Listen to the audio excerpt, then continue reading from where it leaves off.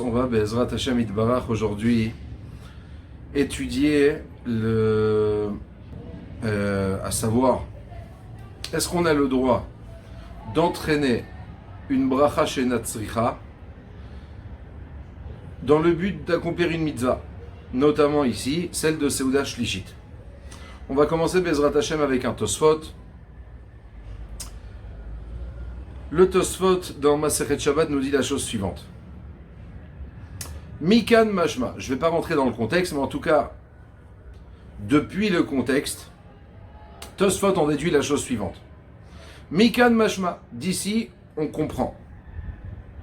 Dezman achila shlishit beshabbat imina mincha ulmala. Que le moment pour manger, pour pouvoir accomplir la mitzvah de Seuda Shlishit, c'est uniquement à partir de l'heure de mincha et après. Delo keotam shemehalkin Seudat shaharit. Alors d'abord, le zman de Seuda Shlishit, c'est-à-dire le zman de mincha. En fait, le zman de mincha, il commence depuis une demi-heure après la moitié de la journée. La moitié de la journée, c'est la sixième, c'est-à-dire on a 6 heures révolues, d'accord ? Plus encore une demi-heure. À partir de cela, à partir de ce moment-là, on peut faire mincha. Nous dit Tosfot, d'ici, on voit que on ne peut accomplir la mitzvah de Seuda Shlishit qu'à partir de ce moment-là. Et pas comme ceux d'Elo Keotam Shemechalkim Seudat Shachrit ou Mevachim Bintaim.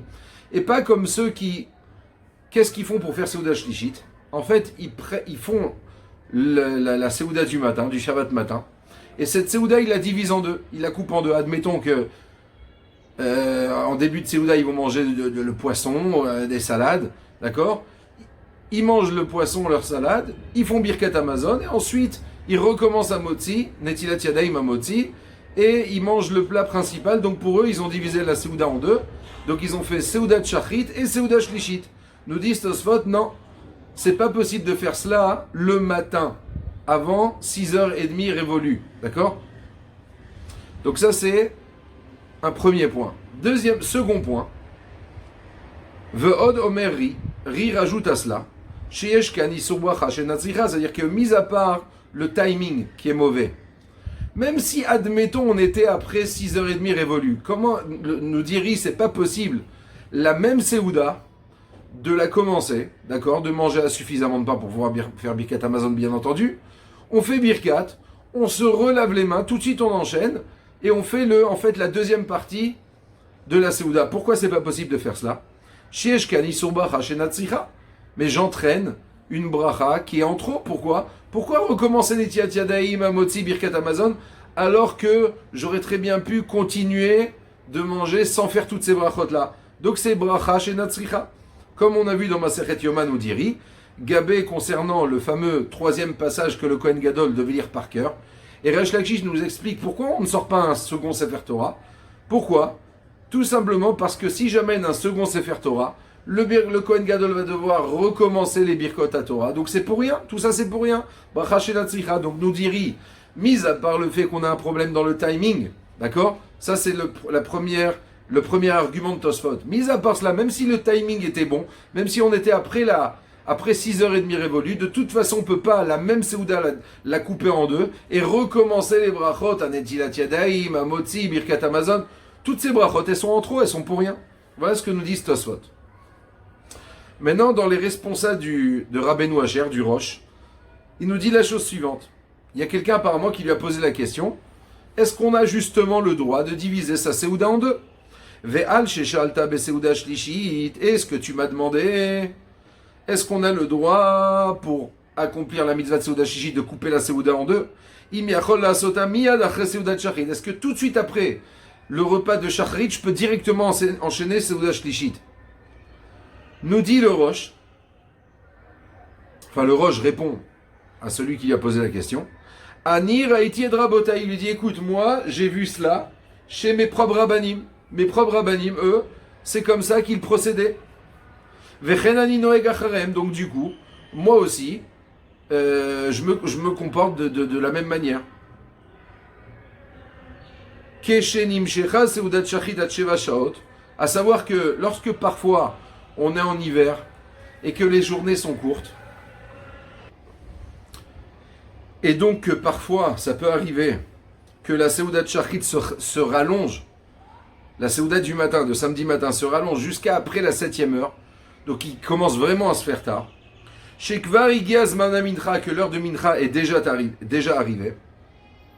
Chez Mapsikin Seudata Numevachin Birkat Amazon, qui coupent leur Seuda, ils arrêtent leur Seuda, ils la stoppent, ils font Birkat Amazon.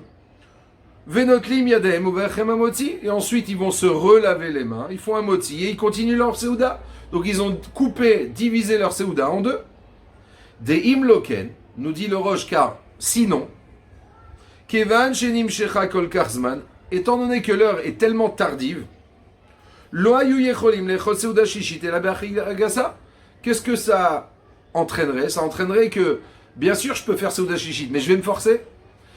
Et donc, si je me force à manger, cette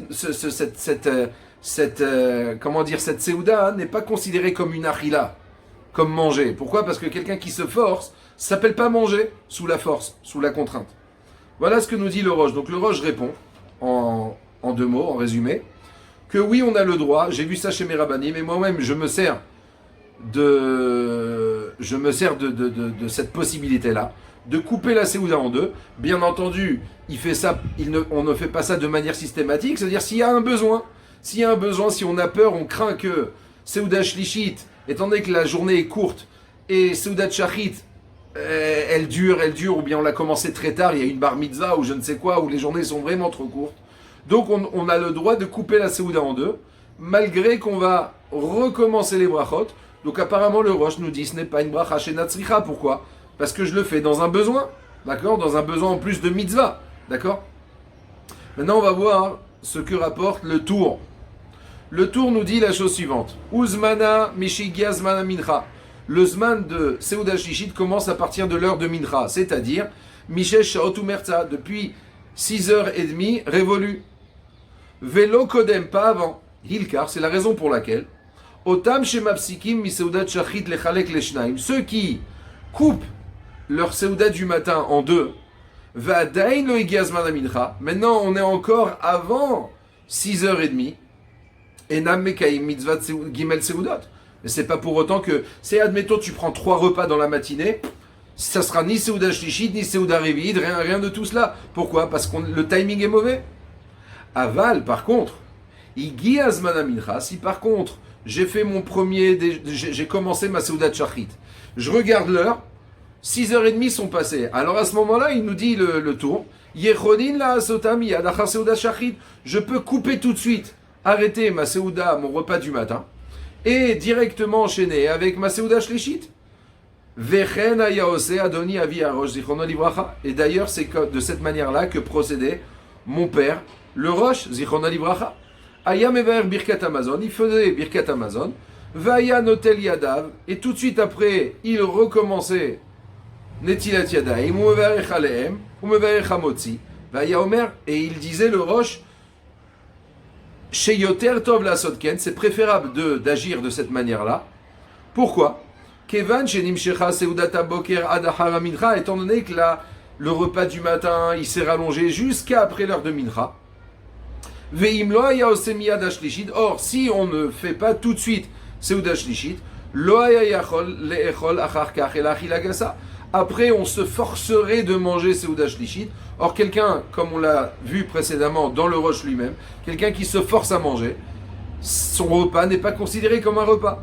Donc, à ce moment-là, même s'il se forcerait de manger, c'est pas considéré comme Seuda Shishit de toute façon. On va passer maintenant, Bezrat Hashem, au Bet Yosef. Le Bet Yosef, donc, qui va nous expliquer les propos du tour. Le Bet Yosef nous dit, Houzal, le Roche, le tour a rapporté le Roche, Katav Betchua, il a écrit lui-même dans ses responsables, Shekach Hara'a Rabotav. Le Roche nous dit, dans ses responsables, il a vu ses rabbanim procéder de cette manière-là. Vechen unoeg acharem, et comme ça, il procède lui-même après ses rabbanim, c'est-à-dire il suit l'opinion de ses rabbanim. Ah, pourtant, on a vu que c'était un problème dans Tosfot. Falpichet Tosfot katvu, bien que Tosfot ont rapporté l'opinion de Ri, qui disait qu'on n'a pas le droit de s'interrompre au milieu de sa Seuda et de recommencer Netilat Yadaim sous prétexte que c'est une bracha chez Natsricha. D'accord? Tiretz Uzal, lui-même le Roche répond à cette question, à cette difficulté. Dekevan Sheu Mafsik Lichvot Shabbat. Pourquoi maintenant je m'interromps au milieu de ma bracha, au milieu, pardon, de mon repas? Pourquoi je m'interromps? Stam pour rien? Non. C'est Lichvot Shabbat que je fais cela. C'est tout simplement pour honorer le Shabbat, pour faire une troisième Seouda. Donc, En Kan Mishum Marbe Bebrachot Shelo Letzer. Donc, ça ne s'appelle pas faire, ça veut dire rajouter des brachot pour rien. Non, c'est pas pour rien. C'est par souci d'honorer le Shabbat en faisant une troisième Seouda. Vekata Uzal Betshuva Acheret. Et d'ailleurs, le Roche lui-même, dans une autre responsa, écrit chez En Nidroshken Batsibour.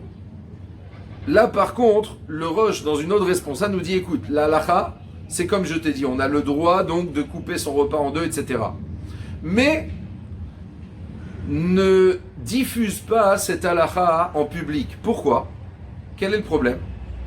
Chez Imochel Kodem Chatzot eno yachol leafsik en hatzibur bekin beze.